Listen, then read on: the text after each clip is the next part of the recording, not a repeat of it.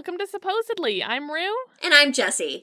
And today we're going to tell you about some creepy things, like we do every week here on Supposedly. So, I've got to ask, how have you been doing, Rue? I mean, it's been a big week for the country, a big weekend for all of us. Yeah, I am very, very glad that Biden is in office and that there was a smooth transition of power. I was a little scared.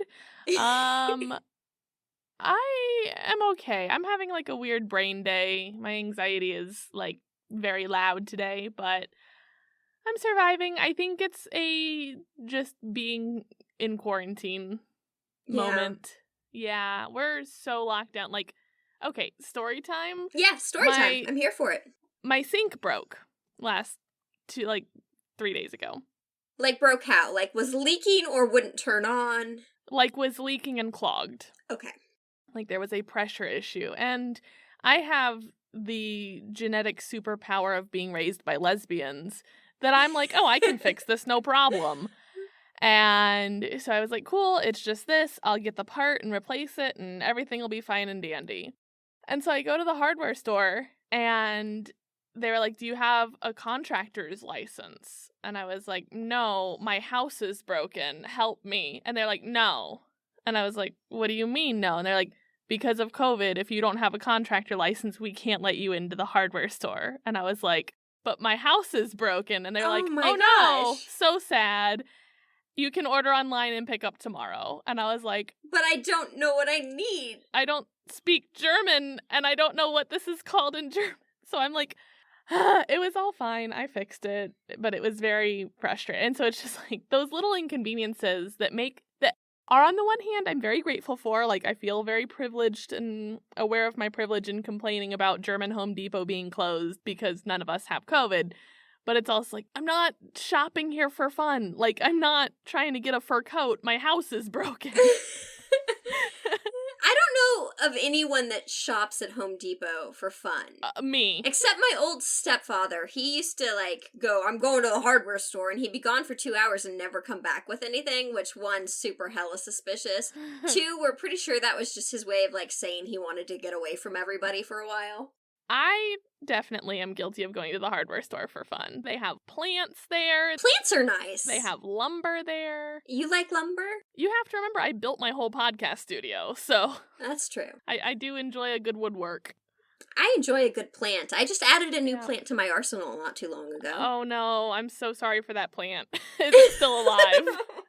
We all remember the air plant saga of 2020. Their corpses are still hanging above me. Look at that. They're still up there. It's so metal that you have these dead plant corpses just hovering above where you sleep. Look, I would get them down, but there's a lot of filling in there, and it will fall on my pillow, and it just seems like easier to leave them up there for now. Okay, until they just completely biodegrade into dust. I don't think they'll do that. They're just kind of like tumbleweeds now, you know? They're just kind of there.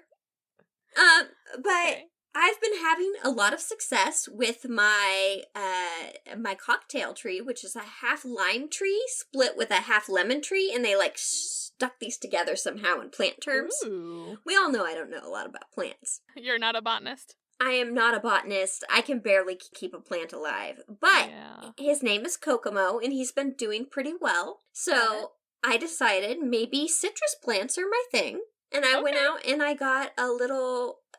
Caldaminium? Okay, yeah. It's an orange. A type of orange. Anyway, his name is Montego, and he's now with Kokomo. And that's adorable. I got some grow lights, and I'm hoping I'll have a bountiful harvest. I'll probably get, one terrible lemon and, one shriveled orange. I don't know, but... So, are you going to expand until you have an entire Beach Boys song?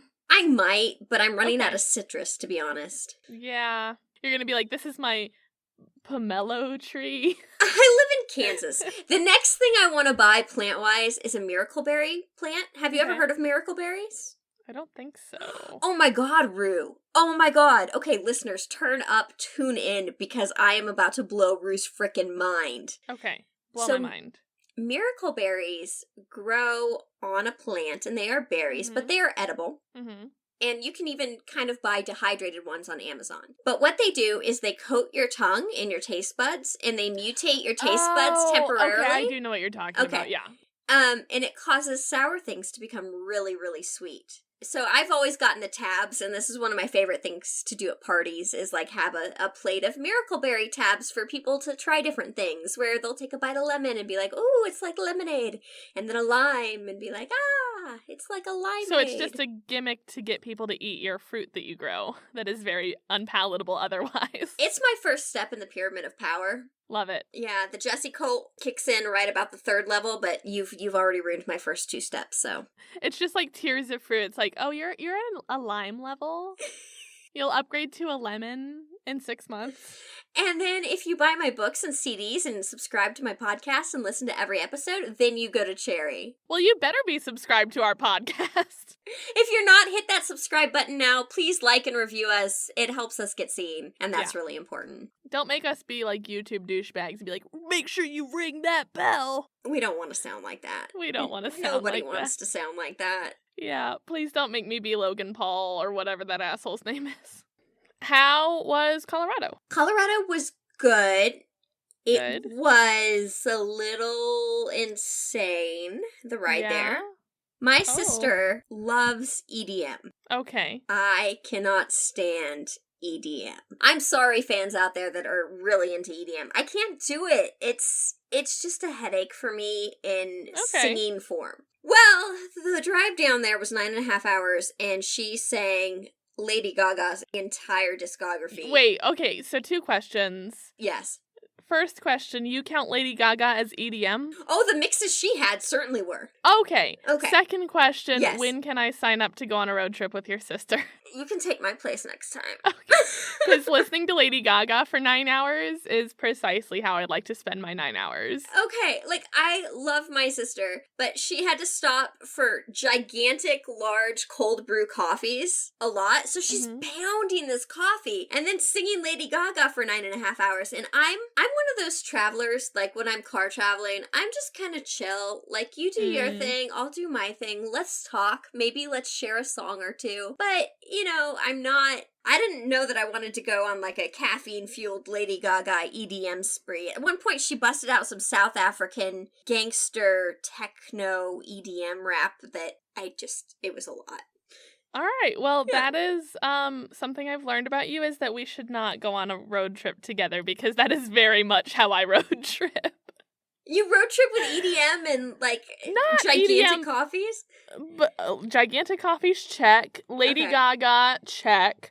South African gangster rap, check. Really? Oh, dude, like, yeah. And there's a lot of musical theater. I know exactly where in the state of Missouri from Kansas City the Hamilton soundtrack will get me. See, like, I'd be fine with that. It's just, you gotta have some time in between to just, like, rest and stuff. I didn't seem to get a lot of that. Oh, okay. No. My time to rest is like, let's listen to an audiobook or a murder podcast. Yes, okay, yes. That I would count that as rest. All right, sorry. That's fine. Yeah, no, because so I do a lot of solo road trips, or I have in the past. And when Darnell and I got married, I had to drive down to South Carolina, where he was at for a school for the military. And that was about a 14-hour drive all by myself. And there was a lot of Lady Gaga that took place on that. And I think I listened to, like, an entire book. But then I made the mistake of being on, like, a Kentucky highway at 4 a.m, because I drove straight through the night. And I put on, like, Let's Not Meet. And I'm, like, driving through wheat fields. And it's just, like, I almost got kidnapped at this gas station by this man. And I was like, how much more gas do I have? And it's like the needle's going dropping towards E constantly. And I'm like, it's fine, let me just get to Nashville. I was like, I'll stop in a city. Yeah, so that was, and also you have to remember that I'd been driving for like 8 hours at that point, so I'm already kind of fatigued, and I'm like, my brain is more primed to be just in freak out mode. And I was like, I'm gonna get Let's Not Meet it at a gas station. I had a Let's Not Meet at a gas station. On this trip? No, not on this trip. Oh, okay. Thank God. Actually, I've had a couple Let's Not Meets at a gas station. Same. Basically I was on my way to, I think it was either Iowa or Nebraska, I can't remember, but it was for my Iowa agent who covers both locations. I'm in full hair and makeup because I can't remember now if it was for a gig or what, but I was very glammed up, so it would have had to been either a gig or like a final callback. And the gas station I normally stop at that's really well lit and is a traveling center and like has a family area just happens to be shut down. So I'm like, okay, I can hold it. I can make it to the next gas station. Of course, that was one of those wide stretches of land where there's nothing for forever. So I have got to pee very badly. And the only place I see, and it's the first exit I've come across for probably about, I don't know, 30, 45 minutes. And I'm not sure when I can stop again. So I'm like, okay, I just have to pull into this place. Little, tiny, kind of off the highway and down the road a little bit. And it was the tiniest gas station I've ever seen. And I walk in, and there are 2 men in the gas station. And that's it. And one guy is standing over in, like, the magazine section. He's peeking at some porno mags, and I'm like, this doesn't feel great. Yeah. You know, as a woman, you just, like, you don't want to put yourself in situations where you could easily be outnumbered or anything like that. And the other guy's working at the gas station, and he's behind the counter just talking to his friend who's in the porn section. But I've got to pee, and it's happening one way or another. So I start walking to the bathroom, and I pick up a candy bar. And as I'm walking to the bathroom, the guy in the porn section made a really, like, the worst comment a man has ever made to me. Oh, gross. Very sexual, very disturbed, just disgusting. And before I hit the bathroom, I put the candy bar on the shelf right next there, and I turned around and I walked out as fast as I could because there's 2 of them. I now have my back to them. Like, it's not a good situation. And his friend's laughing about the derogatory comment. Gross. I hightailed it to my car, jumped in my car, locked my doors, and flew down the highway. And I looked over my shoulder the whole way driving to Iowa. It was terrible. Ugh, I hate that. Oh, it was bad. So uncomfortable. All right, so should we talk about some creepy stories that aren't my own personal experiences? I was gonna say, I mean, that was a nice little hors d'oeuvre. Yeah, there's your little palate wetter. Your horse divorce, if you will.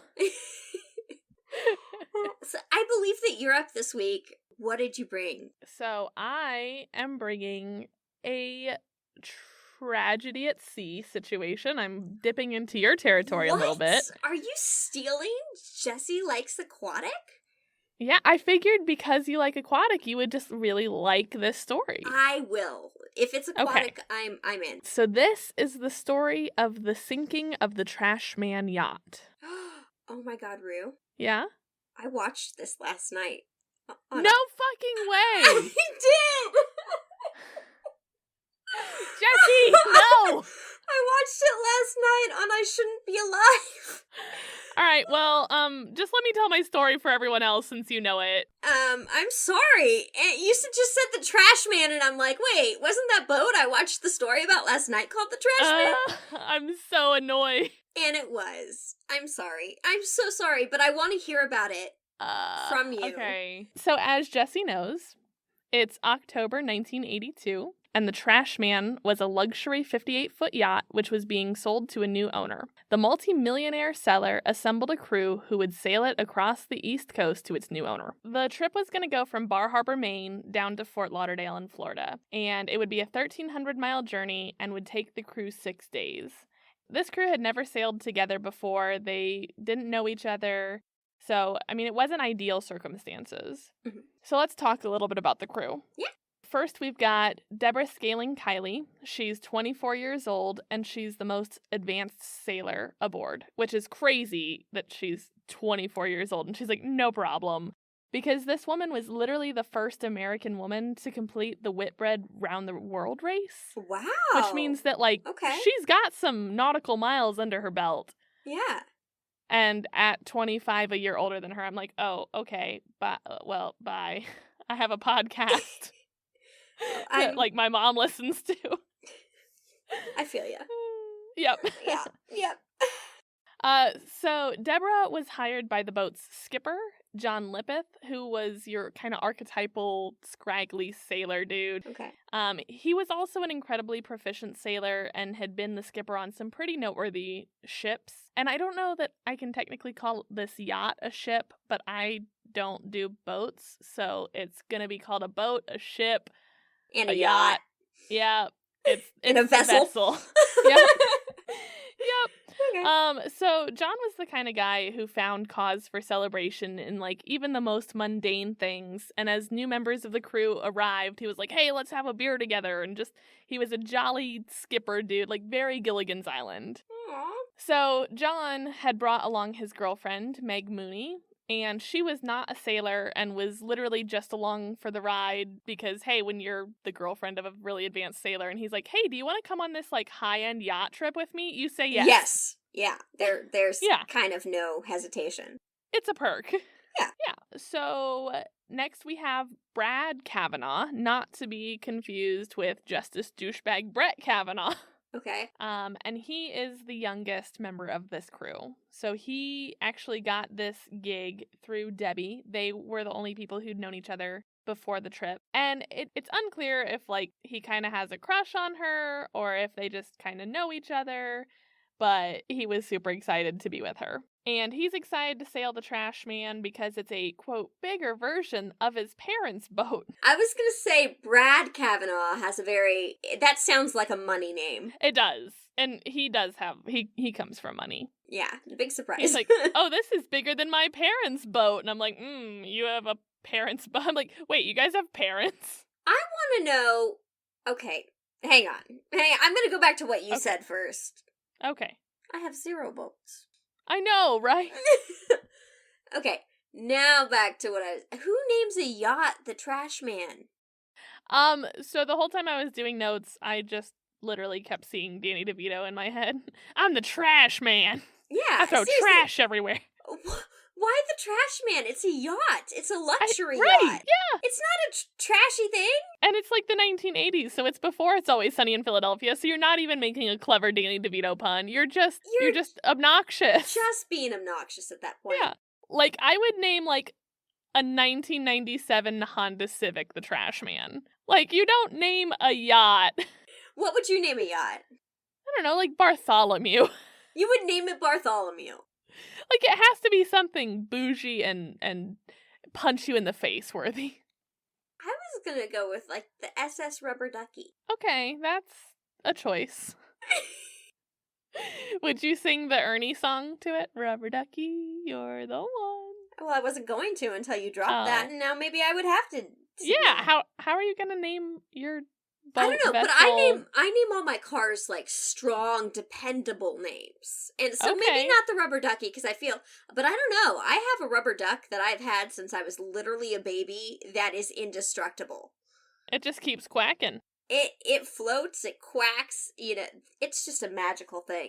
All right, so the yacht, boat vessel, ship thing makes its first stop in Annapolis, Maryland to pick up the final member of the crew, Mark Adams. And he is an English sailor. Ooh. Yeah. And Brad knew him. Like a good Englishman. Yeah, maybe not this one. So pretty much immediately, Debbie is not a fan of Mark. She thought he had just this total chauvinistic attitude. He was one of those asshole guys that would just kind of say whatever popped into his head just to get a rise out of people. Gotcha. Yeah. I've been around those types. We all Not have. fun. He's like probably the English equivalent of like the guys that gas station guy? Yeah. Yeah. Could be. All right. So, they're off to a good start. They've made it down to Maryland from Maine, and they're just going to keep on keeping on down to Florida. The first day and night are just beautiful. The weather is clear, and they're all starting to get to know each other and have fun. I mean, these guys are all 20-somethings, so there's some drinking and partying and merrymaking that's happening. Because when you're on a rich person's yacht, unaccompanied for 6 days, right, you have you some gotta fun. kill time somehow, right? Yeah, might as well. So during the second night, though, a storm rolls in. Ooh. And this storm was not forecasted. Like, it was kind of one of those that pops up. It's an ambush storm. Yeah, literally. And so John wakes up Debbie to try and get some backup on the deck because this storm was starting to get pretty bad that they were taking Mhm. on some water. Oh, that's not good. And he was like, I'm going to need some assistance. And Right. since she was the most skilled, he was like, yeah, come on up. In addition to the bad weather, Debbie can hear Meg screaming up on the deck.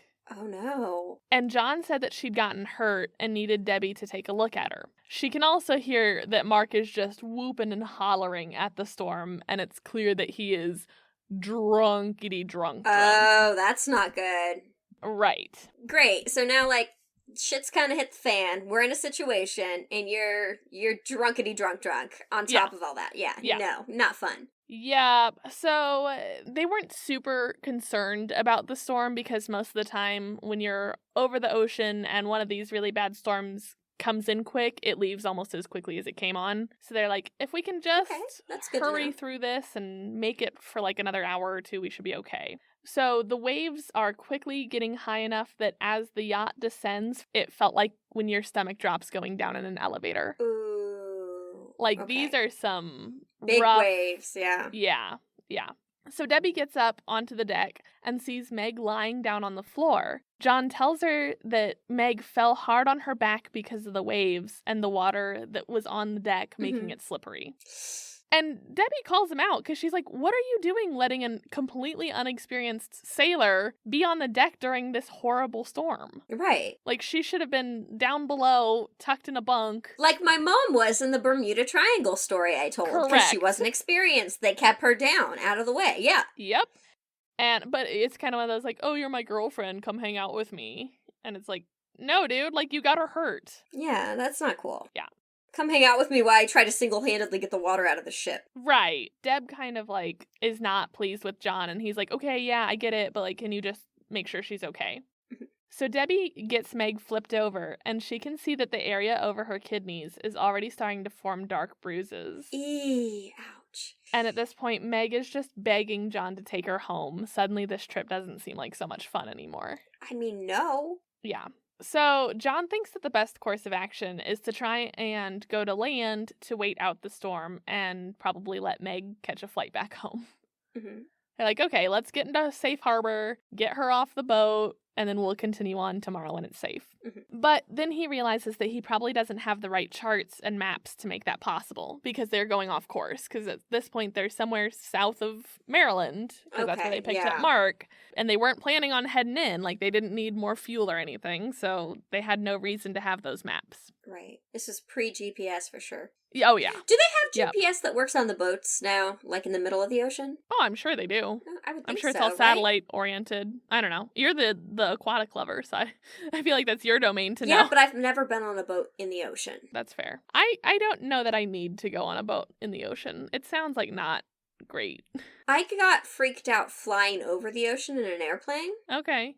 But I would do the boat in the ocean thing once to see how it goes. I would either love it or I would hate it. There would be no in between. Yeah, like cruises for me sound like a personal hell. Really? They sound so boring to me. And like if you love cruises, I'm not gonna yuck your yum.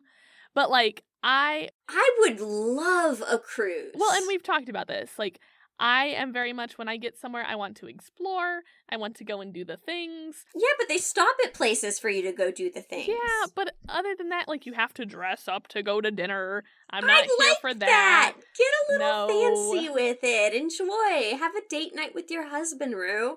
Oh, I can do that. But I don't want to have to do that every night. Sometimes I just want to eat some, like, chicken tenders, bro. I think you can just, like, hit a buffet or have them bring chicken tenders to your room and it's fine. I don't know. I would have to ask Christy. She's been on, like, 3. Okay. The teeny tiny accommodations are also not my bag. I'm like, for this much money, I better be able to stand up all the way.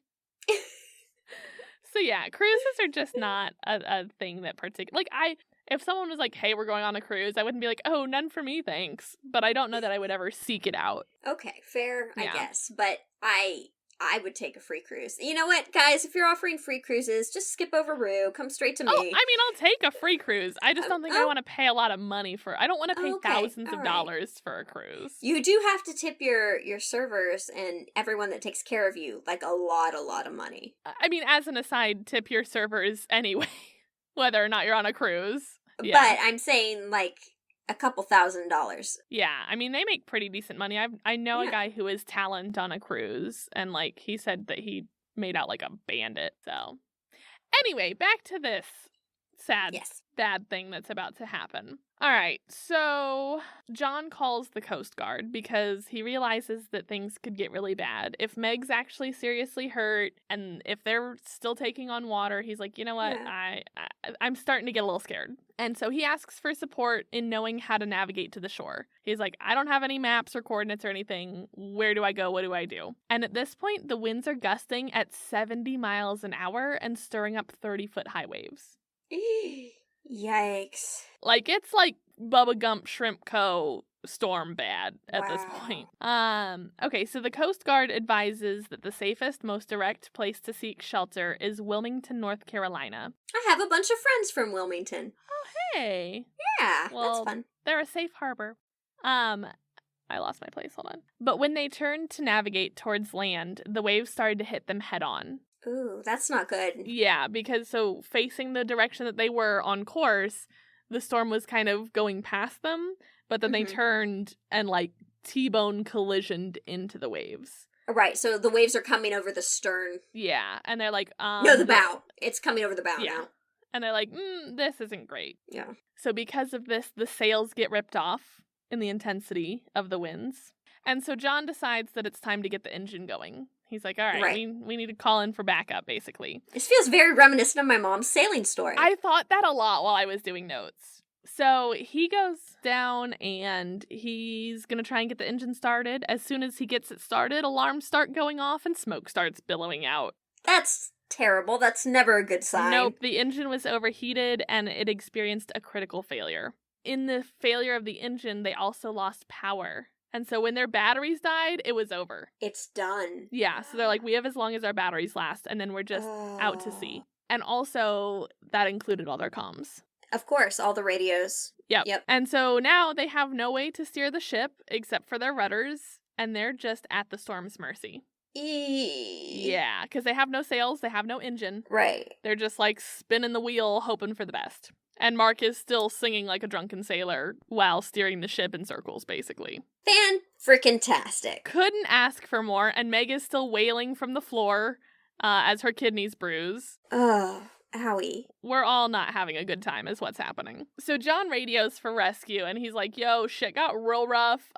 We need big help right away. I thought they didn't have any comms at this point. No, so once the batteries die. So they're like, cool, we have 70%. So it's one of those things where it's like when you're watching your phone die and you're like far away from home and don't know where you're going. I don't have my GPS.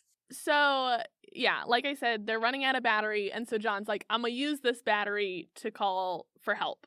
Mm-hmm. And so as an adult, sane person, how do you feel about that? I think it's a great idea. Yeah, I think it's a great idea too. But Marky Mark, the drunk guy?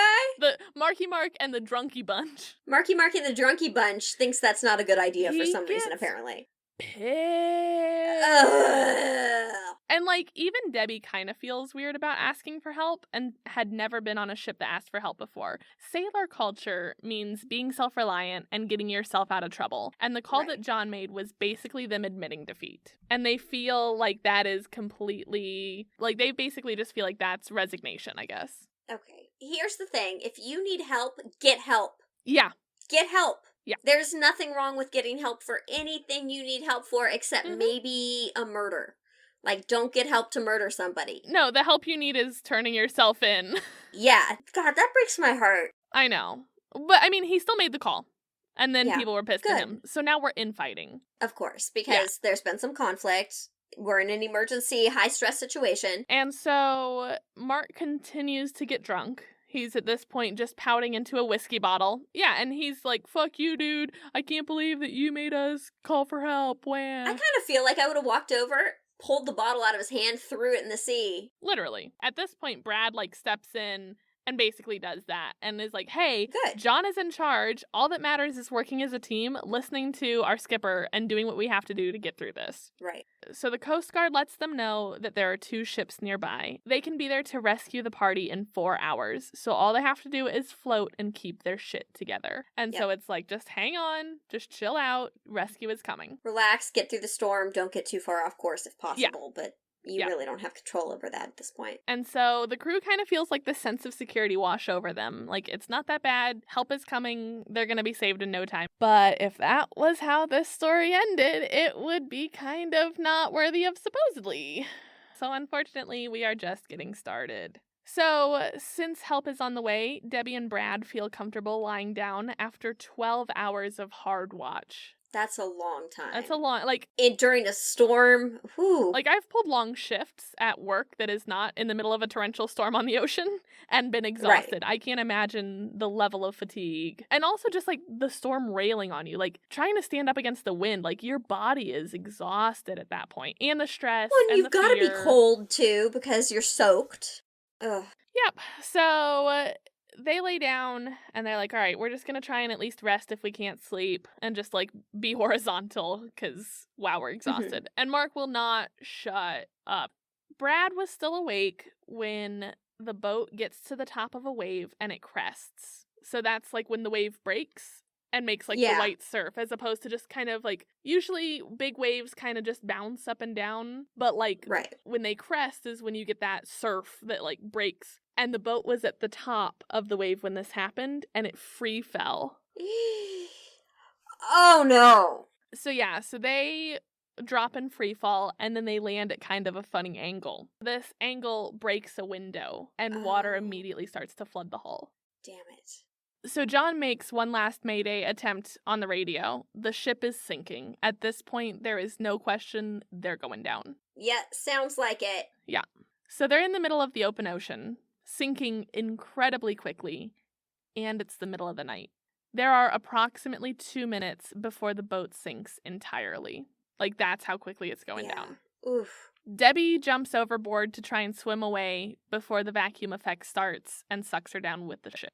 Is that a thing? I thought Mythbusters disproved that. They might have. I don't think Mythbusters was around in 1982, though, So meanwhile, Mark is trying to open the pressurized canister that holds the raft and survival equipment while Brad works on the inflatable dinghy. So Brad gets the dinghy out, but it's upside down. But Debbie is able to cling to it to stay afloat, and Brad jumps out and joins her. So they're hanging on to this upturned dinghy. And so while he was swimming, he kicks off his boots and his bad weather pants, like his rain slick pants.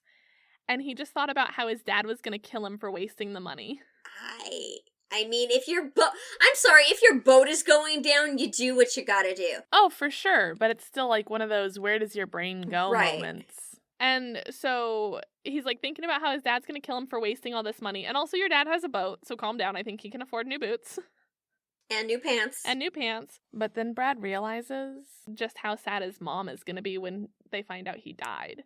So, like, it very quickly goes from, I don't have my boots, my dad's gonna be mad, and then he's like, oh shit, my parents, I'm gonna die out here. Like, he's starting to realize how bad this could be. Yeah. So Mark does get the life raft deployed, but probably because he was wasted, he lets go of it, and they lose it in the storm. And they had no choice but to look on as it floated away, taking with it their rations, water filters, flares, plane beaconing device, first aid kit, and hope for surviving. No. And at this point, Brad, Mark, Debbie, and John are all clinging to the dinghy, which is a lot harder to say than it should be. And Meg was too afraid to let go of the yacht and was tangled up in the metal rigging from the sail. Uh-oh, that's not good. Debbie's amazing, goes back, has this ultimate girl power moment, gets Meg, which why this wasn't her literal boyfriend / captain of the ship's job, I don't know. But thank you, Debbie. He seems like he's a little preoccupied. But it's alright, because we love women helping women. Yes. So at this point, they are all clinging to the rubber dinghy called a Zodiac, which is what I'm going to call it occasionally. So we had our ship, yacht, boat thing, and now we have our dinghy, raft, Zodiac thing, vessel. Yeah. Okay. And so they cling to it, and they watch the mast of the trash man go under in a very Jack Sparrow, this is not good turn of events. Oof. Yeah. And at this point, they realize how alone they are, and it's pretty imminent that they're all going to die. That's terrible. Imagine that Yeah. feeling, just being in the middle of the ocean, your boat's just gone down, Drunky Drunk has sailed off, all your rations. Yep, it's not good. I can't imagine that feeling of hopelessness. Yeah. Like, I, throughout this story, got a little triggered, because I have almost drowned, and I was like, yeah, been there. It's not a tasty, fun time. No. Like, when you have that, like, I'm gonna die in the water, like, it's palpable. You have come very close to dying in the water. I've come very close to dying in the water, but it's okay, because I didn't. Flashback to, what is that, like, episode 8? This was almost a very short podcast. You paid the ferry toll. Yeah. So what was it? It was the Knicks. The Knicks. You paid the Knicks fee. That's right. Okay, but how many Always Sunny references can we cram in? You gotta pay the troll toll to get into the boys' soul. Did you say boys' hole? No, soul. Okay, anyways, so Danny DeVito has just sank. They are clinging to the Zodiac. So at this point, they realized that they'd missed their check-in with the Coast Guard. So the Coast Guard was basically kind of doing that 911 dispatcher thing of like, cool, we're going to talk to you in 20 minutes. Okay, you made that check-in. We're going to talk to you in 20 minutes. So they didn't make the next one. And so that hopefully is letting the Coast Guard know, like, we got to go now. And so they're like, okay, hopefully that means help is coming and they'll get here before it's too late. Awesome. Eventually the sun comes up and it reveals a cloudy day, which is kind of helpful because you start to think about sun exposure. Ooh. Yep. I am fair-skinned. I would be burnt beyond recognition within a day. I get burnt with a couple hours. Yeah, I was gonna say, like, I can go to, like, a swimming pool and come away missing a layer of skin. I have 2 different settings for my skin. There is this liquid paper white that I currently possess, and then there is boiled Red Lobster, and there is no in between. I'm precisely the same. Yeah. Oof. Yep. Alright, so it's kind of cloudy. The air temperature was 40 degrees Fahrenheit, so 8 degrees above freezing. Oh, that's freezing. They've just had this huge storm. It's overcast and 40 degrees. So they realize at this point that the biggest threat to their lives is hypothermia. They're like, we won't even make it to starve or dehydrate. We're going to just die in the cold. And so they decide that they're going to huddle underneath the Zodiac to try and stay warmer and shield themselves from the wind. Okay. Unfortunately, Meg stays outside clinging to the Zodiac because she's just overwhelmed, she's in pain, and to top it off, she's claustrophobic. So everyone else goes underneath the raft and they kind of stack their bodies on top of each other with the big guys holding on to the ropes and kind of creating a hammock for the lighter people to lay on top of them. And I'm like, dude, the core strength is unimaginable. Especially after 12 hours of being on dock, standing there trying not to fall over. Yeah, I'm like, I probably would have been gone around that time. I have no core. Yeah, that'd be tough for me. I'd be Meg hanging on to the outside, like, don't worry about me, guys. I'll figure it out. I'll just hang it on. Yep. I can claw onto things. Yep, so they're just trying to, like, kind of cluster in and keep their heat. It was almost like being in a little womb. You know, they're under the boat, so they can't really hear too well. What it makes me think of is, do you remember, like, when you'd be young and at a swimming pool or at the lake and someone would have an inner tube, but the closed bottom inner tube would be flipped over and you'd go and you'd swim under it and you'd stick your head up? Yep, that's exactly what they're doing. But everything was kind of distorted and hearing-wise, yeah. And they're just kind of trying to wait it out while cuddled up under the boat. Meg's still outside, and they're like, guys, this is not sustainable. We can't just keep cuddling in our little log pile under the raft with Meg outside freezing in the 40-degree weather. And also, John kind of starts to freak out and thinks he's having a heart attack. And this is probably just him hyperventilating, because when you're 4 grown adults under a raft that's overturned, there is limited oxygen. And also, you know, with him kind of starting to get super cold, that's probably where these symptoms are coming from. So he's starting to have some palpitations, and they're like, all right, let's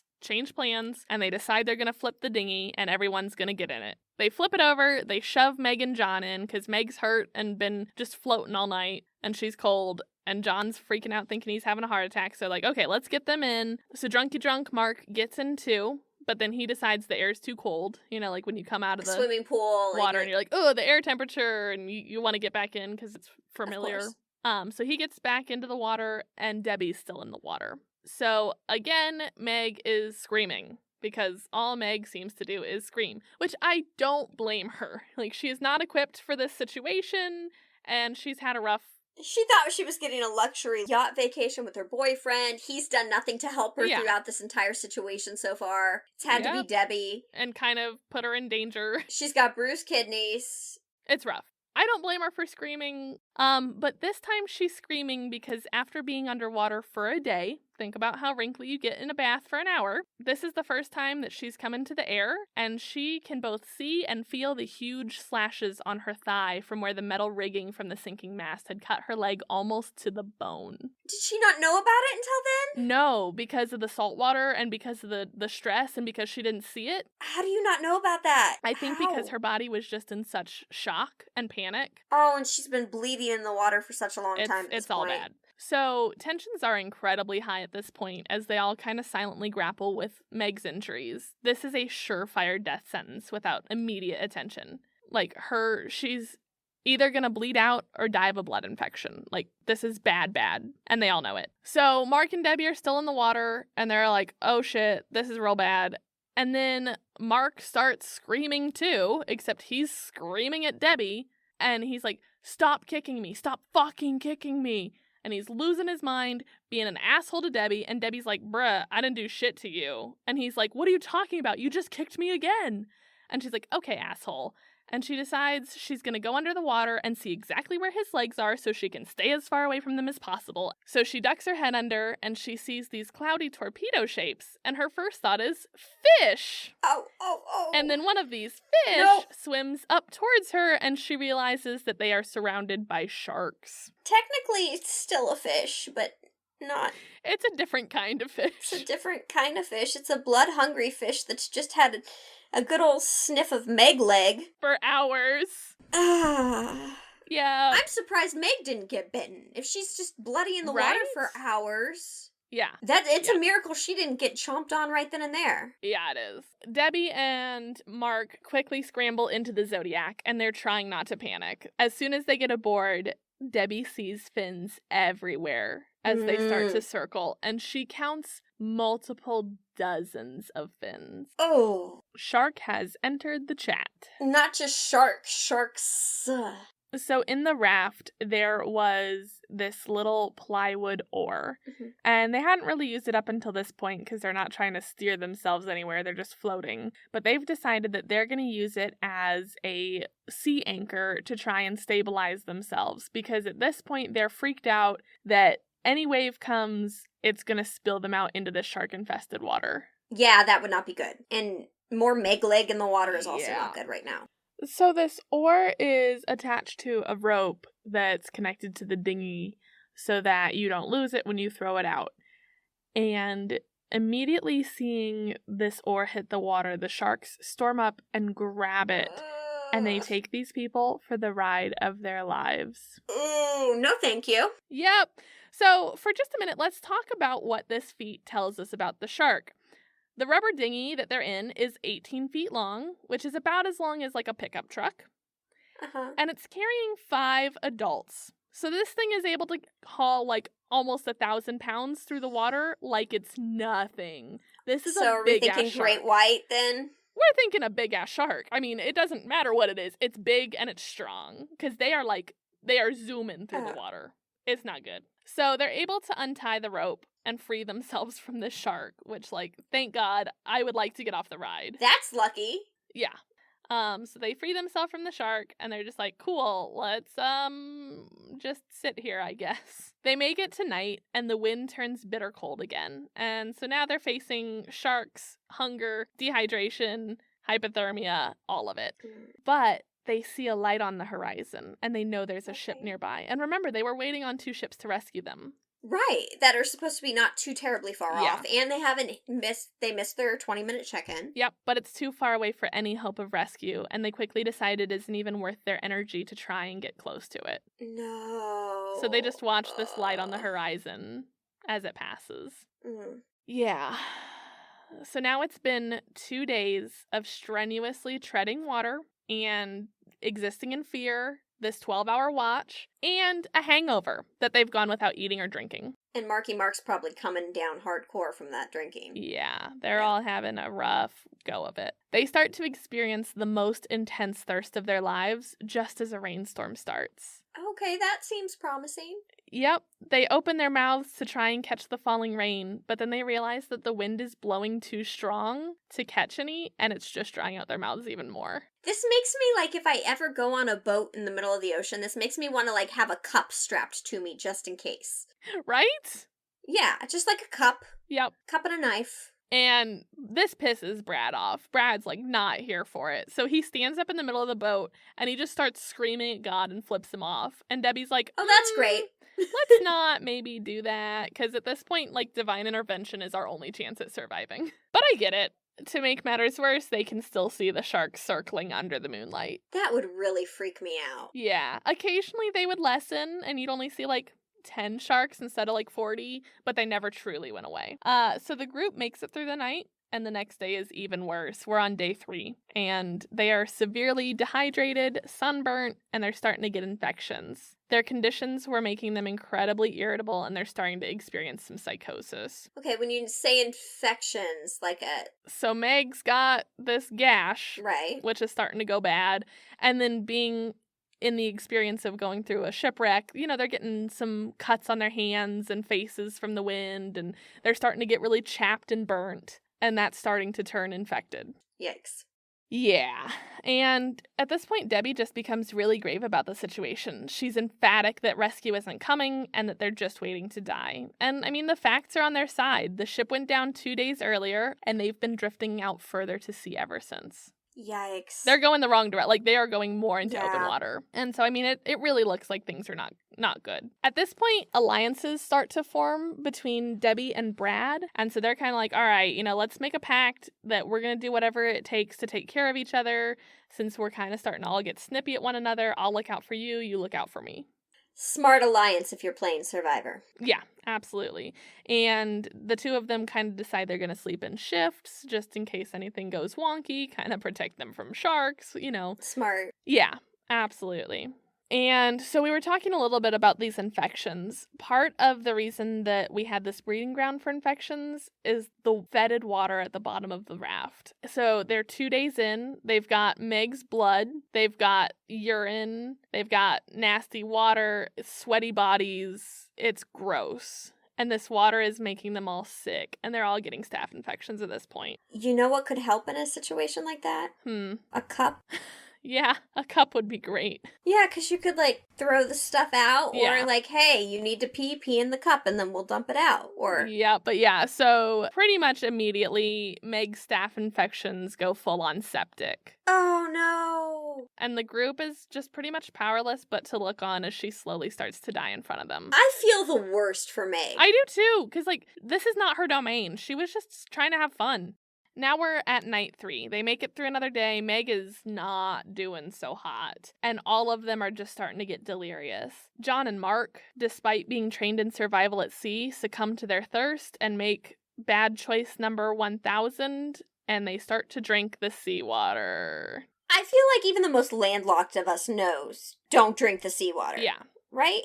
I would assume so, but they're just so desperate that it's like that, you know, I talked about in the Dyatlov Pass, like, some people think it's paradoxical undressing, where even if you know not to, your body tells you that you're hot, and you take off your clothes on Mount Everest. Like, at this point, Meg isn't doing it, and I feel like she's the most novice, but she's in a lot of pain, and... Meg is not all the way conscious, is why Meg is not doing it. Like, she is, like, in the early stages of dying.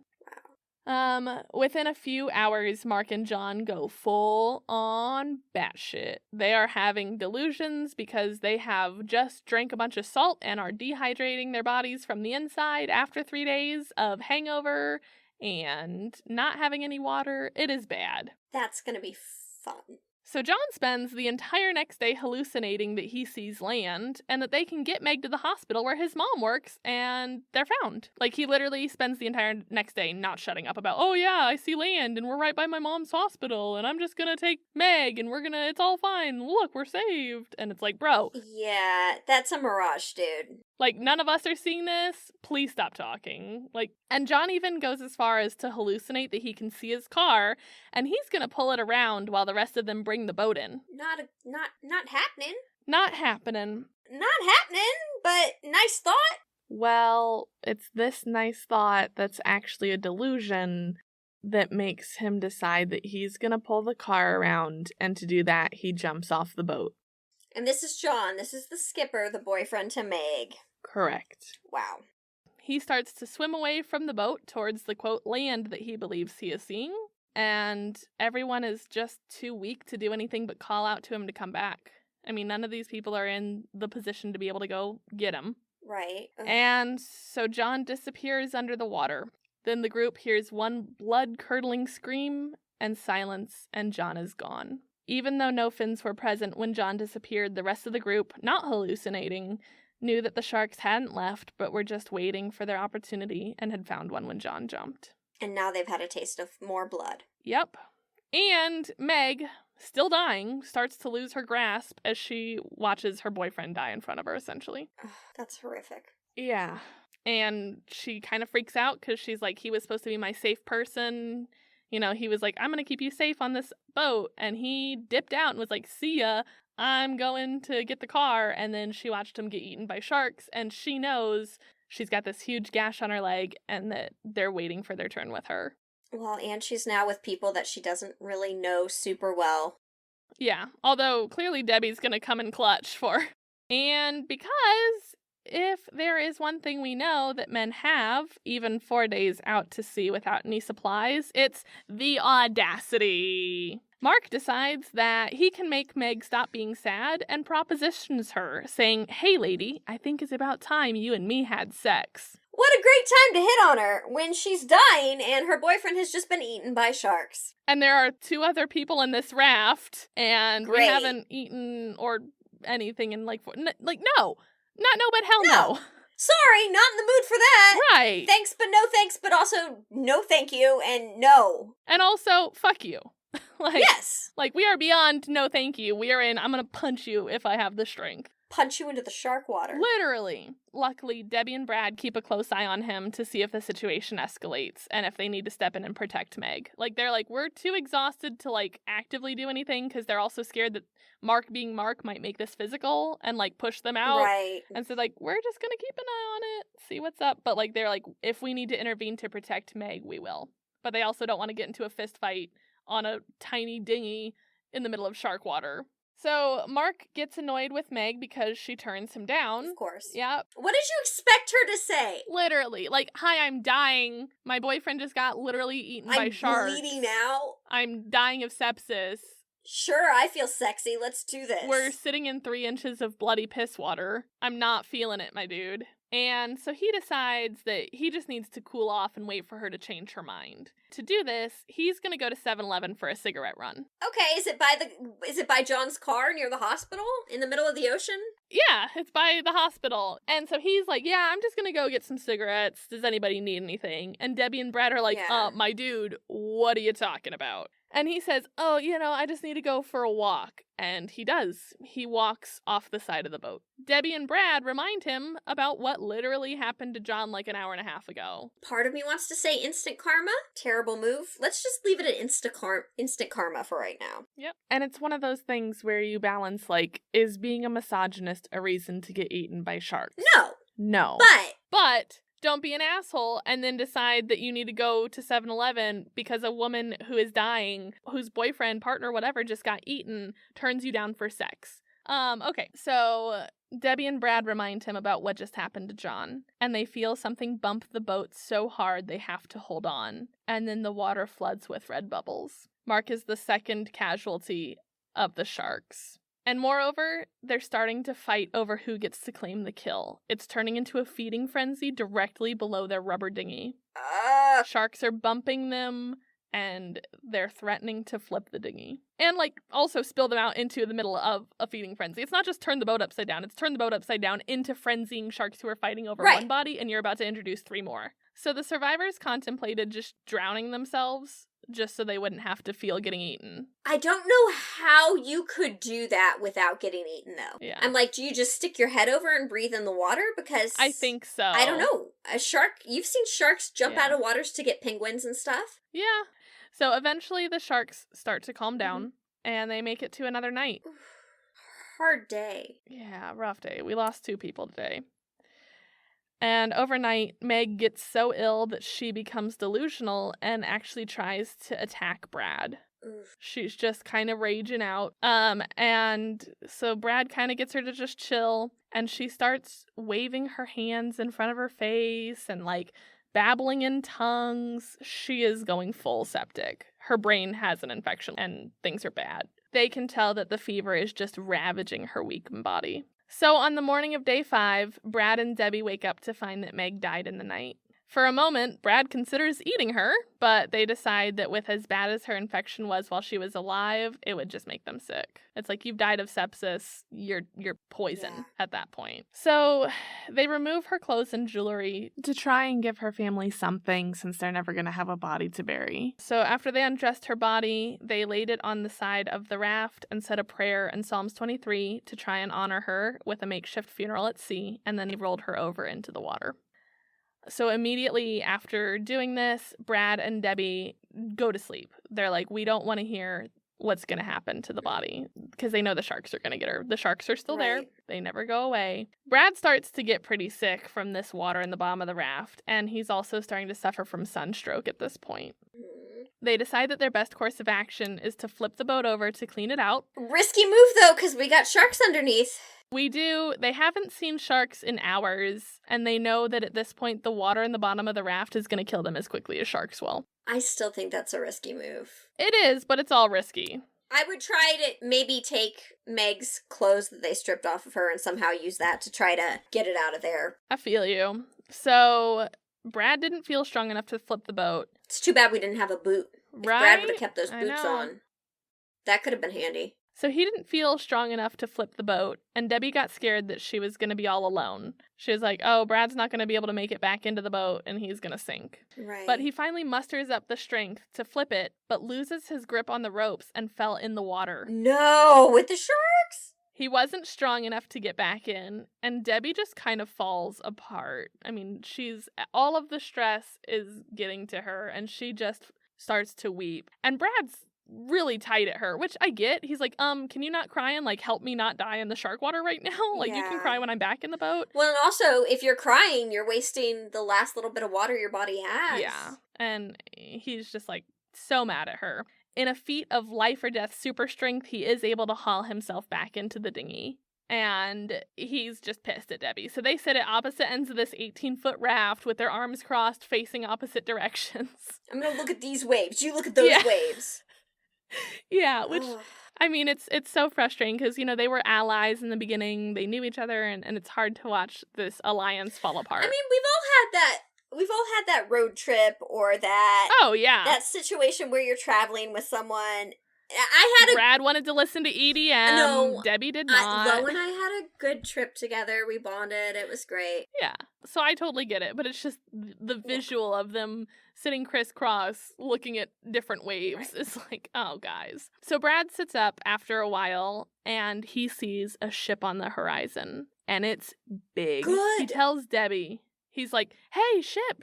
And she's like, dude, I've heard that there's a ship nearby. I've heard there's a 7-Eleven nearby. I've heard there's a car in a hospital nearby. Suck it. And he's like, no, dude, there is a ship. And, like, turns her to look. And she's like, oh, there's a ship. Oh, my God. It's a ship. It's real. It's a vessel. It's a boat. It's not a yacht, but yeah. And so they're both just staring at this ship, and a sailor steps out onto the bridge and made eye contact with Brad, and they just stared at each other. And that's kind of how you know it's real, is like when you're able to see someone see you. Because if it's just a boat and no one's on deck or they're all facing the wrong direction, it doesn't matter how big and near the boat is. But it's like, I saw someone see me, which means, like, it's legit. And then a whole bunch of other crew members join him up on the deck. You would be an asshole not to help me! I would know I flipped him off. And so they throw their life-saving equipment down, and Debbie just flings herself off the boat. And Brad's like, bro, you weren't able to not cry long enough to get me back in the boat, and now you're just, like, diving in and swimming off and leaving me behind?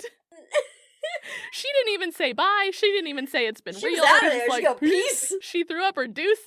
Thanks for helping. But he swims out to the equipment too, and they just cling to each other as the crew winches them in. One big sailor just, like, grabs them both by the scruffs of their neck and, like, drops them on. Ouch. I mean, well, not, like, violently, but it's just, like, they probably lost so much weight that they were just, like, these brittle little dried up things, and he's this big freaking sailor, dude. He's just like, I got you, kids. And they safely lay them on the deck, and they're saved. At this point, they realize that the crew is Russian, and so they're like, help. Whatever help is in Russian, we need that. And so they're able to get back to America. Well, I feel like the crew would be able to be like, clearly they need help. I think that I mean, obviously it's implied. That translates. But it's still one of those things where it's like, how do I get home? That would be my last concern. I'd be like, give me water, give me chocolate, give me sunscreen, give me aloe vera. Yeah. I want chapstick. Can I call my mommy? Right. So in the 5 days that they floated in the Zodiac, they drifted 140 miles straight out to sea from where the yacht sank. Brad continued to sail after this experience. That's what he does for a living. I mean, dude is metal. I feel like that wouldn't be the way I would have gone with it. It wouldn't be either. More power to him. Yep. And he eventually became a captain and often took trips that took him along the same route that the Trashman was on. That could be some psychological warfare. Yeah. Debbie also continued to be an adventurer and wrote a book about the events and was a motivational speaker until her death at age 54 in 2012. Wait, she died? Yeah, the cause of her death is unknown, but I looked into it. I couldn't find anything. She passed away in 2012 in Mexico where she lived. Wow. Yeah. I didn't know that. That's sad. I know. I agree. So just to add a little mystery to the story as we wrap up, there is a bizarre fact that probably factored into why it took so long for the crew to get found. Okay. During the storm, the Coast Guard was called off after someone made a call that reported the yacht had made it safely in. No one knows who made this call. Drunky. I guess. He was mad. But yeah, so that is the story of the Trashman. I really recommend the episode I Survived. Yep, that's where I got pretty much all my notes. Yeah, it's incredible. It is excellent. Yep. Wow. So yeah, that's my story.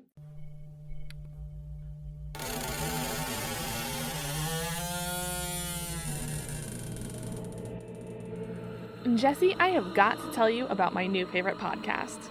Well, other than ours, of course. Okay, let's hear about it. So after you've binged all of Supposedly and you're like, what do I do with my life now? I have the answer. Go check out Histories and Mysteries podcast, where each week your co-hosts, Ashley and Jessica, take you through some of the craziest stuff that's happened throughout the years. They talk the death of Conrad Roy, the old Charleston jail, the history of the Ouija board, exorcisms, and how they stack up against Exorcist movies. It's incredible.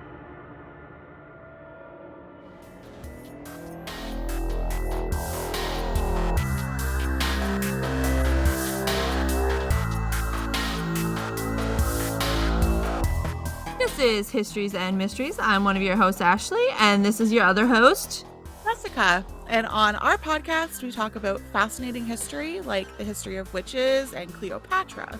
We talk about creepy paranormal, like the black-eyed kids in possession, and true crime stories like cults and serial killers. We also often mispronounce words and mess up common sayings like bang for your buck.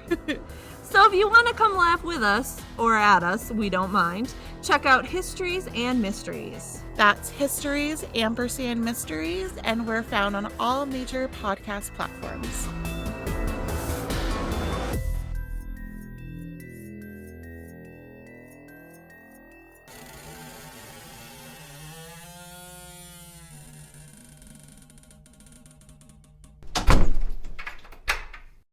Perfect. So what did you bring tonight? Well, we're going to do something a little paranormal and also true crime. I'm going to tell you about the Villisca Axe Murder House. I love this one. See, you knew mine. It's only fair because I know yours. So tell us all about it. Yeah, I think it's a fine handoff right now. Well, let me just dive on into this. I feel bad saying dive on into this after your story. When I say Axe Murder House, you already know that there's probably going to be murders there. So instead of trying to make that some big reveal, I'm just going to be honest and straight up with you guys. Sometime around midnight between Sunday, June 9th and Monday, June 10th in 1912, a person, or possibly people, entered a modest house in Villisca, Iowa, and they brutally bludgeoned to death 8 people that were sleeping there, including 2 adults and 6 children aged 5 through 12. The killings later became known as the Villisca Axe Murders and are super notorious. You've probably heard of them, and it's one of Iowa's longest-standing cold cases in history. The murders spawned nearly 10 years of investigations, repeated grand jury hearings, a huge slander suit, a murder trial, and numerous minor litigations and trials. In fact, the crimes were so horrific that it broke political careers. Legislation was written in response to the murder, including establishment of the current State Bureau of Criminal Investigation and Procedures. Dang. Yeah. But let's go back before this happened. On Sunday evening, June 9th, 1912, Josiah Joe Moore and his wife Sarah took their 4 children, Herman, who was 11, Catherine, 10, Boyd, who was 7, and 5-year-old Paul, to a Children's Day service at a Presbyterian church. Okay. Accompanying them at the time was a girl named Lina, who was 12, and Ina Stingler, who was 8 years old. Mm-hmm. Neighbors who had asked their parents permission to stay overnight with the Moore children, so they were looking forward to a really fun sleepover with the Moore kids. Well, the service was an end-of-year Sunday school service, and so Sarah Moore was a co-director, and her children performed speeches and little recitations along with other Sunday school members to close out the Sunday school year. The service ends with a social mingling of all the churchgoers that lasted until at least 9:30 p.m., when parishioners left on a cloudy, damp, and cool night. Of course, nobody suspected at what was going to come. Right. The Moores and their children, and their 2 guests, walked 3 blocks back to their home, and they shared a nice little plate of cookies and milk, and ended the festive evening, and all went to bed. But sometime after midnight, the killer, or possibly killers, picked up an axe that belonged to Joe from the backyard. He entered the house and bludgeoned to death all 8 of its occupants. That's a lot of work. I mean, I've always thought it has to be more than one, because that's just so much. That absolutely is a lot of work. Jeez. So the next part's going to get pretty hard, because I'm going to tell you what investigators at the time pieced together. In 1912. In 1912. Yeah. And then we'll talk a little bit about the process and how these bodies were discovered and what that situation was like. So cigarette butts in the attic led investigators to believe that the killer snuck into the attic while the family was out attending their church service and hid there until they fell asleep. Like most people in Villisca at the time, the Moore family didn't lock the door to their house when they went to church. They lived in a small community in the middle of Iowa, and it wasn't very common to ever worry about intruders. We gotta remember that this is 1912. This is before murders lit up the pages of all of our magazines and were sensationalized in publications like People magazine. It's said that most likely the parents, Josiah and Sarah Moore, were the first victims. Yeah. The killer used the blade end of the weapon on Josiah. The rest of the victims were murdered with the blunt side of the axe, which is kind of interesting and telling. The family friends that were staying in the guest room, Ina Mae Stangler, who was the 8-year-old, and Lena, her sister, 12, were the last to be killed. Jeez. It's said that all of the victims except for Lena appeared to have been asleep when they died. Wow. Which, thank God. But poor Lena was the only one who appeared to have defensive wounds and was found laying across the bed.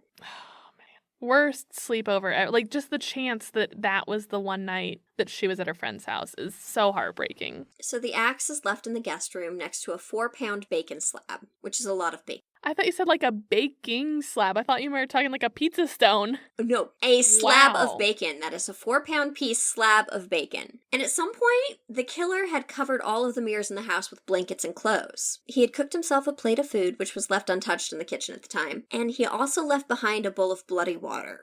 Gross. Well, think about it. I mean, we're in a farmhouse in 1912. That's probably the best way you could wash up. I mean, yeah, but don't wash up after killing me in my house. Thank you very kindly. Nowadays, they would have just looked at the DNA that was left in the water runoff inside the shower. Yeah. But, here's a bloody bowl of water and some bacon. So, the gruesome killings were discovered the next morning. So, when I told you that the killer covered the mirrors, apparently he went through and searched all the dresser drawers for pieces of clothing to cover the mirrors in the house. and the glass in all the entry doors as well. Hmm. All of the victims were found in their beds, and their heads had been covered with their bedclothes. And this is really rough because all had their skulls battered up to 20 or 30 times with the blunt end of that axe. Oh my goodness.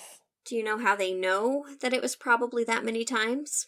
Is it because they could count that many, like, distinct prints of the axe? In the ceiling.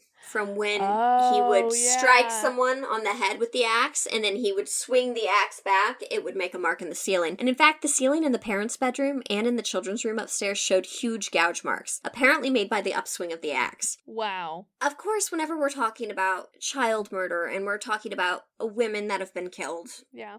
So often with these terrible situations, well, what's one thing they have to look for is definitely a sexual element. Right.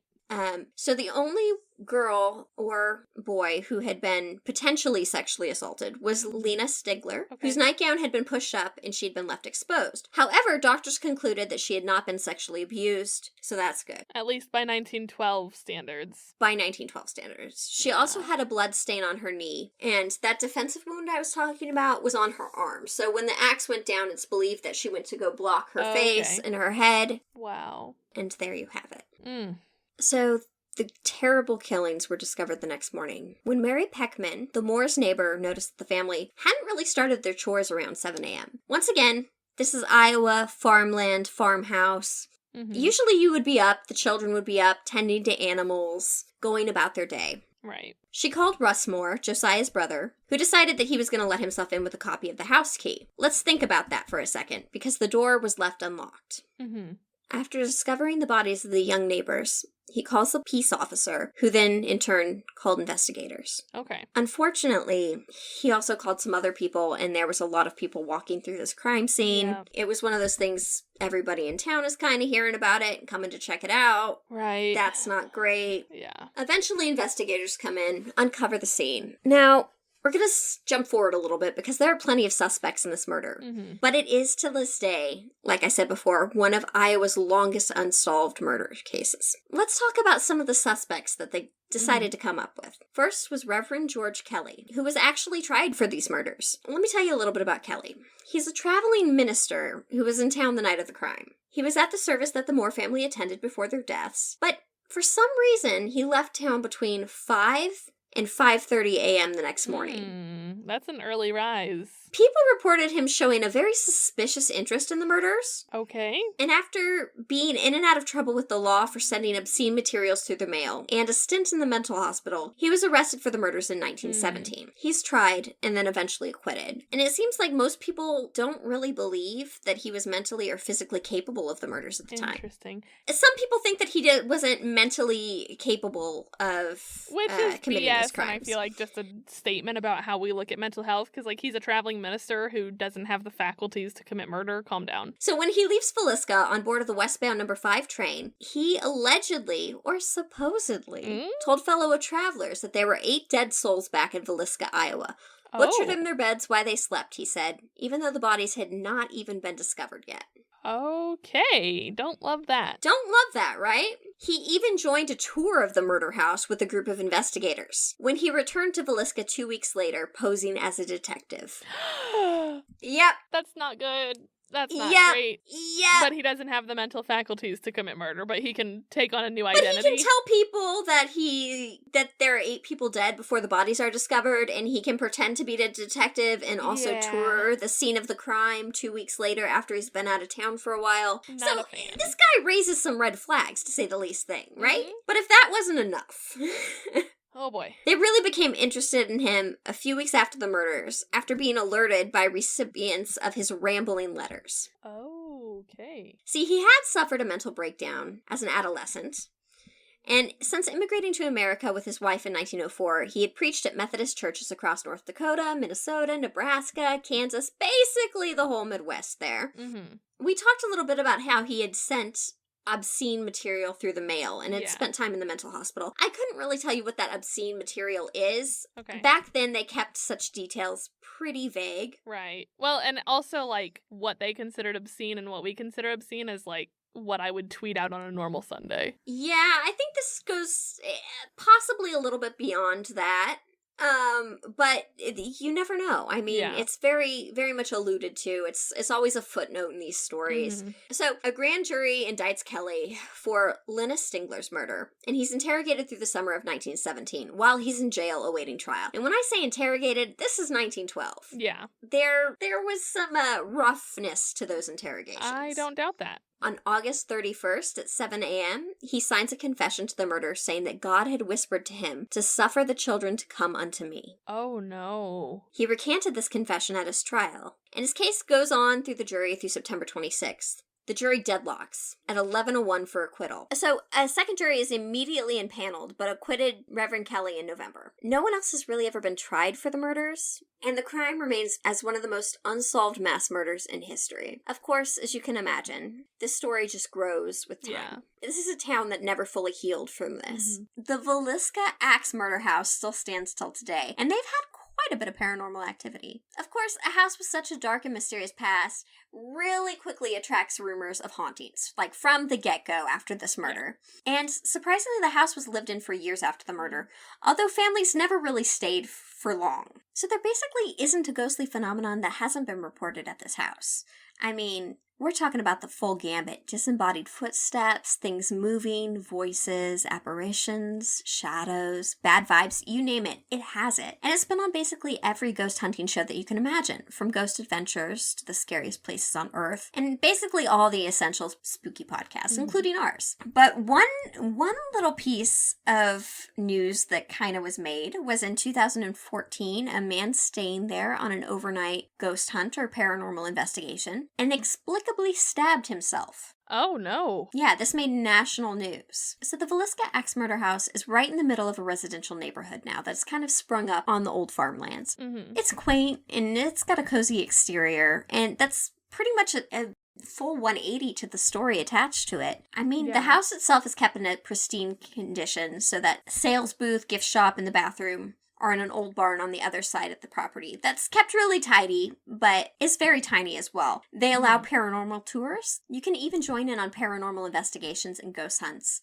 There's a corkboard with some photos that are pinned on it. If you take a really close look at this corkboard, it's really cool because these are pictures of ghosts on camera. Cool. But there's lots of nighttime pictures with ghostly orbs, and even a picture of someone whose back has been scratched, apparently by an unseen entity. People often report hearing the strike of the axe hitting the wall. Yikes. And the ceiling. And usually it's a pretty popular place. People have gotten amazing EVPs when trying to make contact with the children specifically. And people, of course, have tried to solve the mystery of the murder. Okay. But you gotta remember, these are people that didn't necessarily see their attacker. All except for possibly Lena, who has these defensive wounds. Right. And we're not even sure, because the way her dress was pulled up, it could be that, maybe she saw him, maybe she didn't. We are talking about 1912 investigation tactics here. Right. Well, and also, like a 9-year-old kid in 1912 who probably doesn't even have the verbiage to talk about what happened. Some of the most popular evidence that's been gathered, besides the pictures in these incredible EVPs, are toys moving.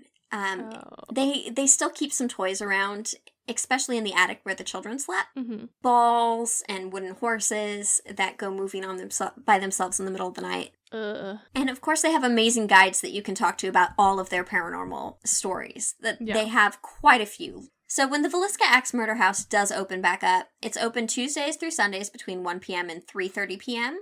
And that, my friends, why do I always end it this way? I don't know why I always end it this way, but I'm going to end it this way because why mess with a good thing?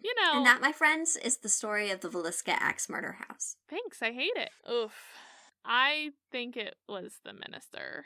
I mean, he is the one that's the most reported, and everything does sound pretty sketchy, right? I mean, he literally went full freaking Catch Me If You Can. I'm a minister, and now I'm a detective.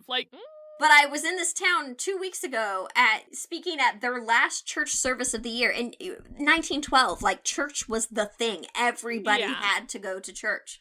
Like, everybody in this town saw him as the minister, and then for him to come back and be like, I'm a detective. And then someone in the town's like, I have a bad tooth. And he shows up and he's like, don't worry, I'm a dentist. Like, It's very suspicious. There are a lot of people that have been on that list of suspects throughout the years. But the truth is, in 1912, we don't have any kind of evidence that dramatically 100% points to someone. And even what we do have with him showing up and him telling people on a train that 8 people were died, it is kind of all hearsay, so. Yeah. I feel so bad for those girls' families.